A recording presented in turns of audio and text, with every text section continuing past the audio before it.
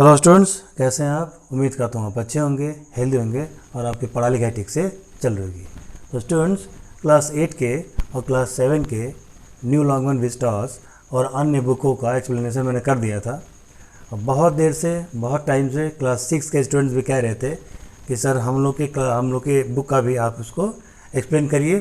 तो अब मैं आ गया हूँ और क्लास 6 के बुक का हिस्ट्री के चैप्टर्स का, ज्योग्राफी के चैप्टर्स का, सिविक्स के चैप्टर का अब मैं एक्सप्लेनेशन करने जा रहा हूँ।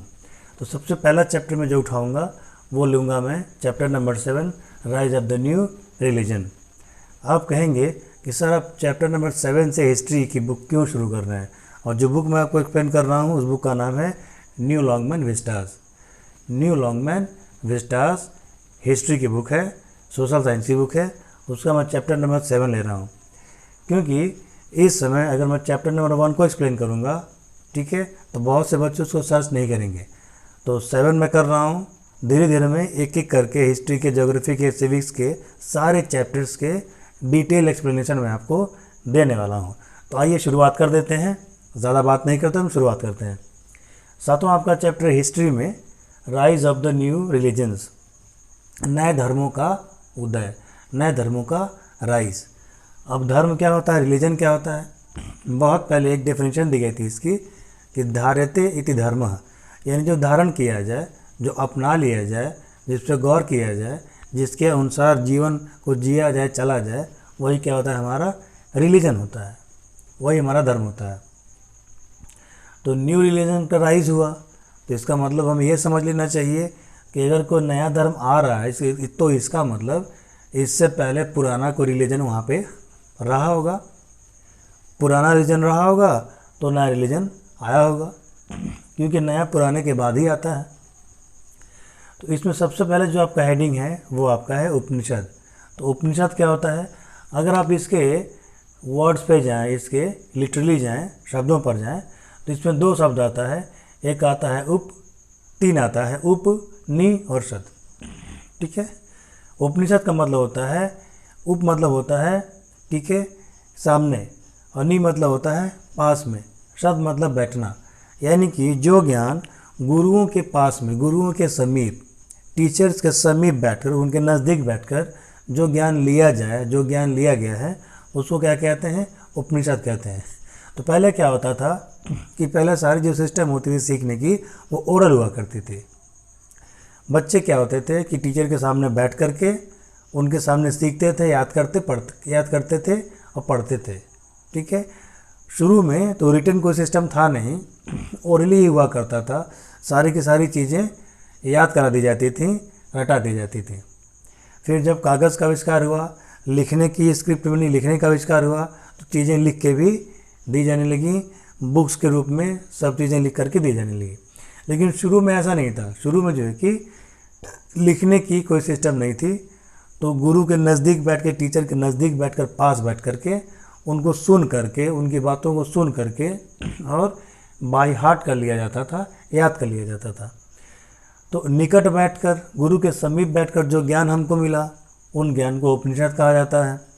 और टोटल आपके 108 उपनिषद हैं, ठीक है।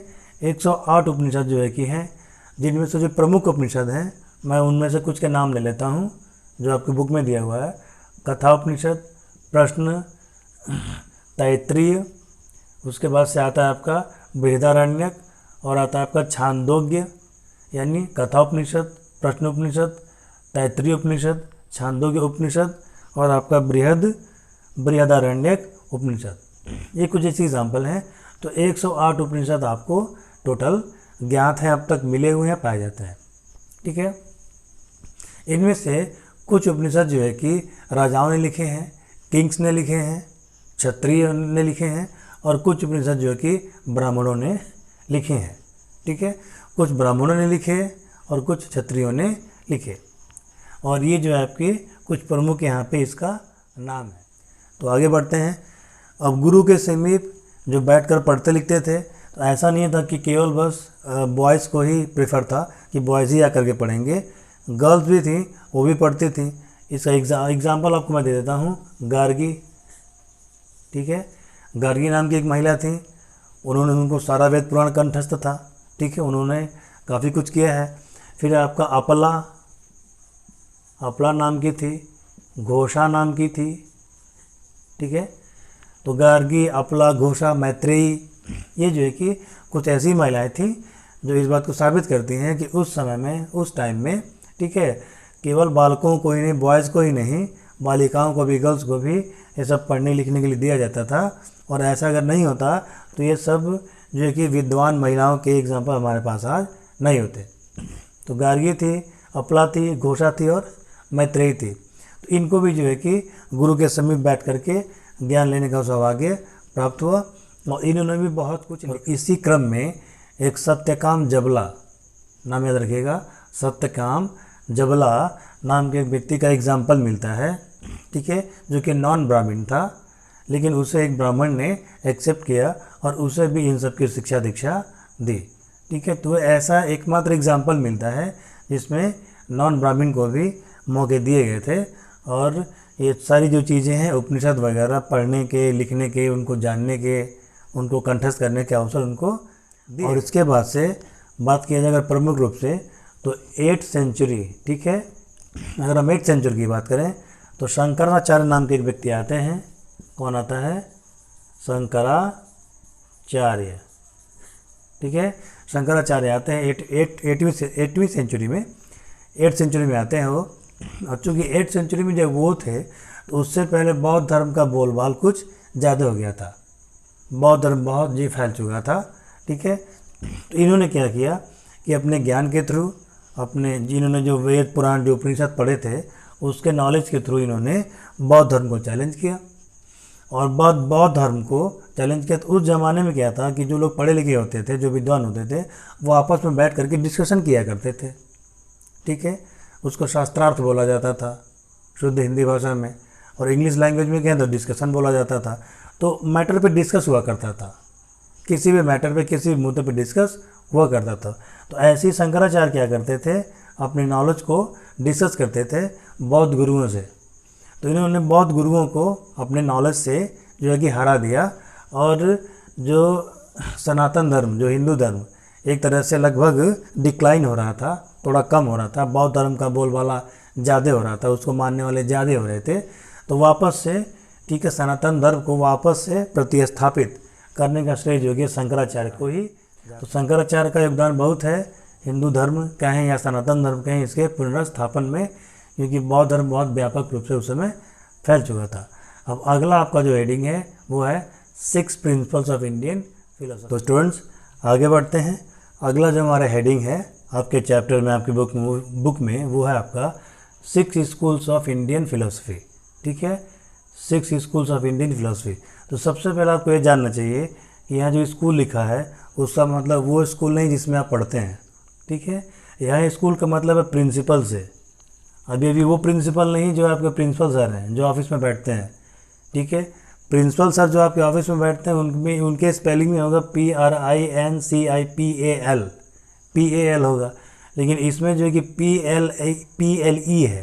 तो ये जो प्रिंसिपल है इसका मतलब होता है सिद्धांत, थियरी, इसका मतलब क्या होता है? सिद्धांत। तो यहाँ स्कूल जो लिखा हुआ है, स्कूल का यहाँ मतलब क्या हुआ? सिद्धांत। यानी कि इंडियन जो फिलॉसफी है उसके 6 स्कूल्स हैं, 6 सिद्धांत हैं, यानी 6 प्रकार की हमारी इंडियन फिलॉसफी है। वेस्टर्न फिलॉसफी भी है जो यूरोपियन फिलॉसफी कही जाती है, ठीक है। अब आपको जानना चाहिए कि फ़िलासफ़ी का मतलब क्या होता है। तो फ़िलासफ़ी का मतलब यहाँ बता देंगे तो आपको पूरा बढ़िया से यहाँ से समझ में आपको आएगा। दोस्तों अगर आपको वीडियो अच्छी लग रही हो, वीडियो से आपको नॉलेज मिल रहा हो तो कंजूसी ना करें, चैनल को सब्सक्राइब कर दें और अपने दोस्तों में, अपने कलीग्स में, अपने जो है कि साथियों में इसको शेयर करें और उन्हें भी बताएं ताकि सबका फ़ायदा हो।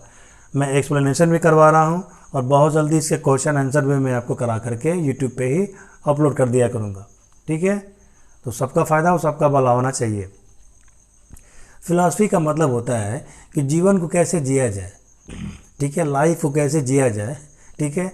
हम ईश्वर हैं कि नहीं हैं, भगवान है कि नहीं, भगवान को पाना कैसे है, भगवान नहीं है तो क्यों नहीं है, भगवान हैं तो क्यों है, ठीक है। जीवन हम कैसे जिएँ, मर जाएंगे तो मरने के बाद क्या होगा, आत्मा परमात्मा क्या होता है, लोक परलोक क्या होता है, ठीक है, अध्यात्म क्या होता है, स्पिरिचुअलिटी क्या होती है, क्या हमको मोक्ष मिल सकता है, क्या हम भगवान को प्राप्त कर सकते हैं, भगवान को हम कैसे प्राप्त कर सकते हैं या नहीं प्राप्त कर सकते हैं, इन सब चीज़ों पे जो विचार विमर्श है, इन सब चीज़ों पे जो लोगों ने सोचा, जो थिंक किया, जो खोजा, जो सोचा, जो पाया, उसको इन्होंने ज्ञान के रूप में क्या कर दिया, कलमबद्ध कर दिया, नॉलेज के रूप में इन्होंने इसको लिख दिया, या सिद्धांत का उन्होंने क्या कर दिया, प्रतिपादन किया, सिद्धांत बनाया। तो उन्हीं सिद्धांतों को क्या कहते हैं, फिलॉसफी कहते हैं, जिनको हिंदी में दर्शन कहते हैं। फिलॉसफी मतलब होता है दर्शन शास्त्र, यानी कि जीवन के प्रति आपका एटीट्यूड क्या है, लाइफ को आप कैसे देखते हैं। ठीक है, तो हमारे जो ऋषि मनीषी हुआ करते थे, हमारे ऋषियों ने जीवन के बारे में कुछ बहुत ही अच्छे अच्छे सिद्धांत दिए थे, जिनको फिलॉसफी कहा जाता है, जिन्हें हम भारतीय फिलॉसफी कहते हैं। तो आइए इन सब के बारे में थोड़ा डिटेल में जानते हैं, ब्रीफली जान लेते हैं। सबसे पहला आपका है न्याय दर्शन। एक सिद्धांत है, एक दर्शन, इसका नाम क्या है, न्याय दर्शन। और इसको किसने बनाया था, गौतम ऋषि ने बनाया था। गौतम ऋषि ने न्याय दर्शन बनाया था, उसकी परिभाषा उन्होंने दी थी। दूसरा आपका वैशेषिक दर्शन। तो ये जो वैशेषिक दर्शन है, इसे किसने किया था, कण्व ऋषि ने किया था। कण्व नाम के ऋषि थे। इन्होंने जो अपना सोच दिया, जो अपना नॉलेज दिया जीवन के बारे में, ईश्वर के बारे में, या कैसे जीवन को जिया जाए, लाइफ को कैसे हम कैरी आउट करें, इसके बारे में उन्होंने जो दिया, जो कहा, जो बताया, उसे वैशेषिक दर्शन कहते हैं। तीसरा आपका सांख्य दर्शन, जो कि कपिल मुनि ने दिया था। कपिल मुनि ने सांख्य दर्शन दिया था।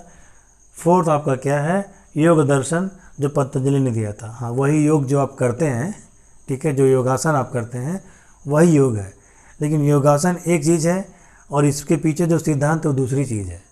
जो हम योगासन करते हैं वो सिक्के का एक हिस्सा है, सिक्के का दूसरा हिस्सा क्या है, उसमें बहुत से सिद्धांत भी आपको बताए जाते हैं। तो पतंजलि ऋषि ने योग दर्शन दिया, हमें योग दिया। उसके बाद से पांचवा जो आपका है पूर्व मीमांसा, ये जैमिनी नाम के ऋषि ने दिया था। और छठवां आपका है उत्तर मीमांसा, जो कि बदरायण ने दिया था। उन ऋषि का नाम क्या था, बदरायण। और इसी उत्तर मीमांसा को हम क्या कहते हैं, वेदांत दर्शन भी कहते हैं। ठीक है, स्वामी विवेकानंद जो थे या उनके जो गुरु थे रामकृष्ण परमहंस, ये वेदांत दर्शन के ही विद्वान थे। उनका जो नॉलेज था, जो उन्होंने नॉलेज दिया, जिनके लिए आज हम उनको जानते हैं, तो वो लोग वेदांत दर्शन के क्या थे, एक्सपर्ट थे। इसके अलावा एक और दर्शन आता है चारवाक दर्शन, चारवाक, ठीक है, जिसे लोकायत भी कहते हैं। चारवाक को क्या कहते हैं, लोकायत भी कहते हैं। चारवाक जो दर्शन है, ठीक है, वो आत्मा परमात्मा को नहीं मानता है।